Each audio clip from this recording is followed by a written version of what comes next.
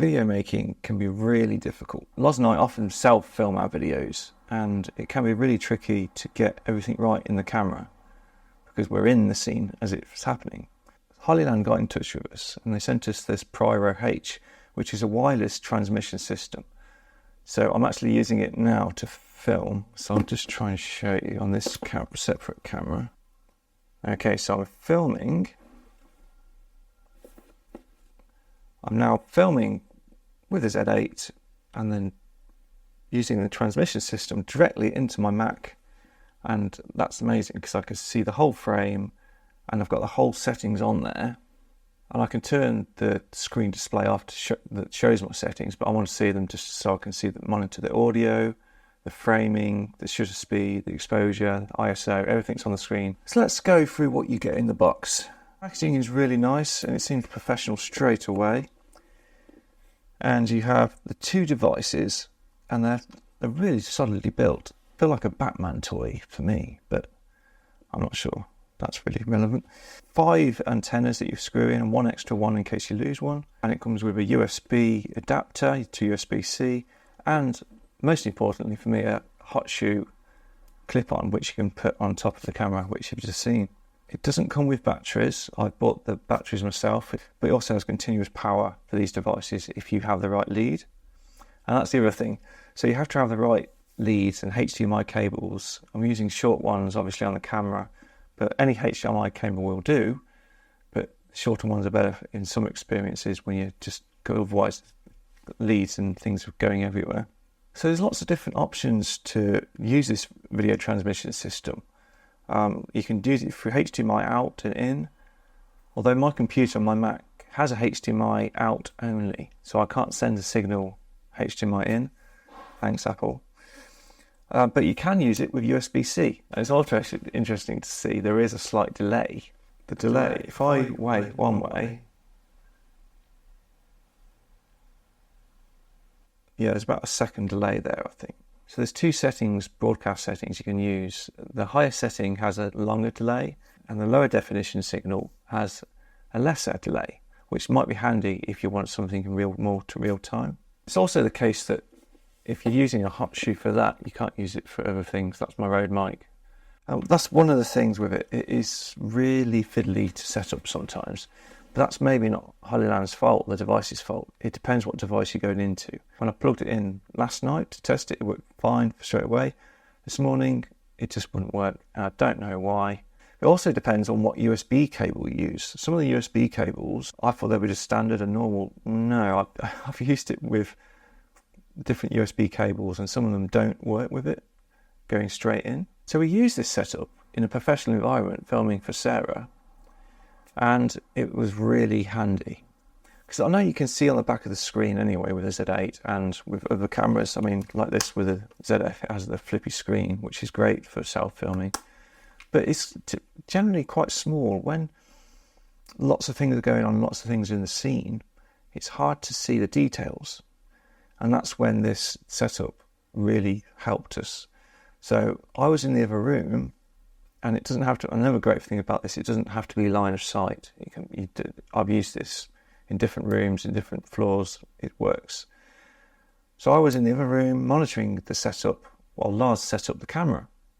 So yeah, it was really handy because I could see Loz's settings, I could see where the focus was, I could see the composition of the scene, if there's anything distracting, I could monitor the light, which we had a 300-watt light.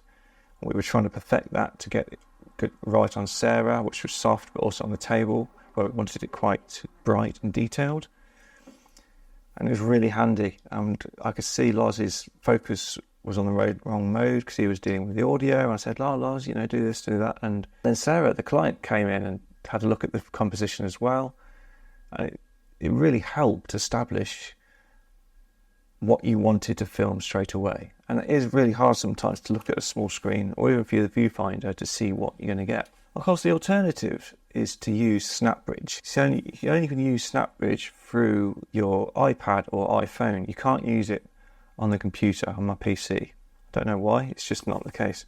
I mean, the great thing about SnapBridge is you can control the camera, but I have so many connection issues with SnapBridge. Again, it just sometimes it works, sometimes it doesn't. And it's so random if it works or not. And sometimes it just disconnects. And I've also found when we were filming one of our YouTube videos that if your screen goes on standby on your phone and on the iPad, it stops recording because it shuts down the app basically. So the devices also have built-in Wi-Fi. So that's fantastic. So you don't have to use the HDMI cables or even the other receiver. You can just have it going straight to the iPad through Wi-Fi. Although I found that the app, the Hollyland app, again, a bit inconsistent. Sometimes it works, sometimes it doesn't. I think that's more my user settings maybe. On a computer, I can't get the Hollyland app to work through the Wi-Fi. I don't know why. Again, it probably my settings. I had a little fiddle around. I couldn't get it to work. Of course, you don't have to use it just for video. You can use it for still photography as well in your studio. So you can have your audience watching a screen like I am, monitoring what's going on. Also, you can have your art directors, lighting, sound, or maybe not sound for photography, but you get the idea. They can all see what's going on through the camera instead of just one person behind the camera looking at it. And that's really a valuable experience when you're working as a team. I don't have anything with a HDMI in that I can think of. Well, apart from my TV, I could try my TV. And now, oh, it works. It's going through the TV.